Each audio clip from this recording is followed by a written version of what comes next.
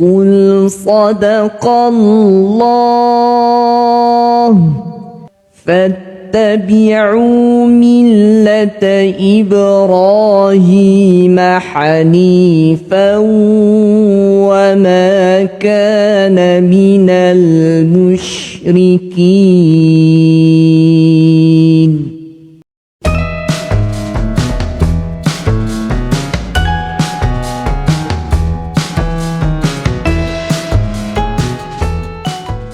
Baik, Raf, ini satu pertanyaan lagi gitu, dari Miliano.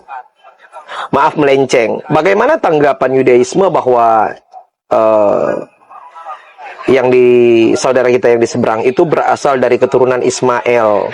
Apakah dibenarkan oleh Yudaisme? Soalnya saya sering mendengar dari pendeta-pendeta gereja aliran bahwa Yudaisme dan Kristen berasal dari keturunan Abraham, jalur Ishak dan yang seberang itu berasal dari keturunan Abraham, jalur Ismail.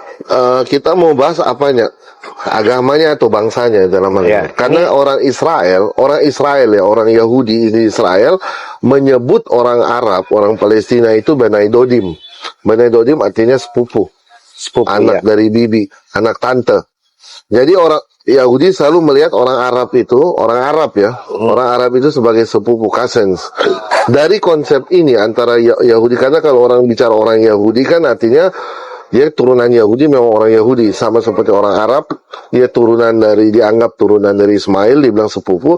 Tapi kalau ditarik bagaimana Yahudi melihat Islam atau Muslim, yaitu bisa dianggap turunan dari Ismail atau syariatnya Ismail yang diturunkan. Karena kita fair ya. Makanya saya selalu bilang gini ke kalangan yang anti nama Allah misalnya.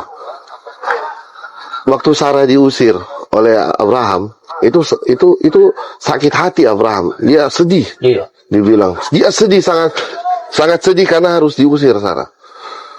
Dia diusir, Sarah keluar, Hagar keluar, itu dia bawa Ismail. Iya. Di padang gurun Ismail kehausan sudah hampir meninggal. Almost. Dan Hagar berdoa pada Elohim. Bahasa apa dia pakai? Bahasa Ibrani.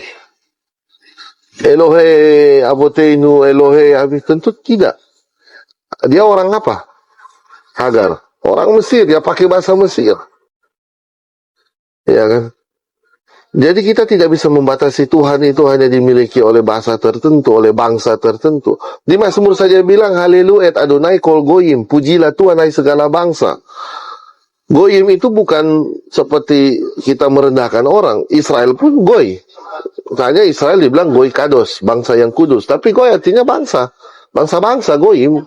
Bukan merendahkan orang. Di Mazmur bilang Haleluya Adonai kol goyim, kita menyerukan bangsa-bangsa memuji Tuhan. Nah, kembali ke tadi, ada beberapa rabai-rabai yang mendalami hubungan Yahudi dengan Islam, itu melihat sebenarnya syariatnya itu kompatibelnya di mana? Di antara hadis dengan oral Torah. Gitu loh. Kan saya bilang tadi, misalnya mungkin dari teman-teman Kristen tidak tahu Kain dan Habil menikah dengan siapa, tapi orang Yahudi dan orang Muslim tahu lahir dari saudari kembar lalu terjadi pernikahan.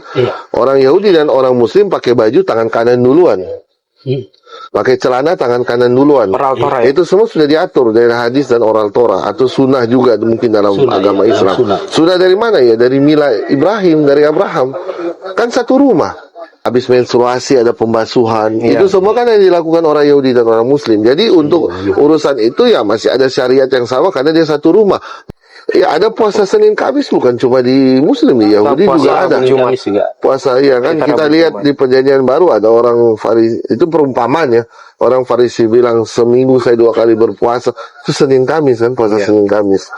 Jangan heran Anda lihat misalnya saudara-saudara Muslim sunat akhirnya ada kan? Ada. Ini apa maksudnya, Rob? Bagaimana dengan birkat Haminim? Ya, birkat Haminim itu mengutuk segala